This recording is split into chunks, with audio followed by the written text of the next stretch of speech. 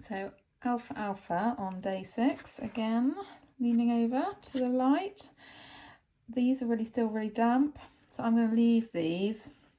But because they're already densely planted, they will probably need some more water compared to the others.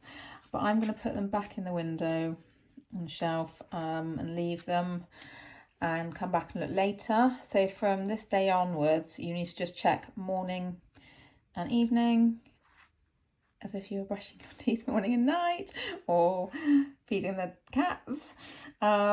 Literally just, really, really simple. Make it part of your daily habit. You come down in the morning, make a cup of coffee, whatever your sort of daily habits are.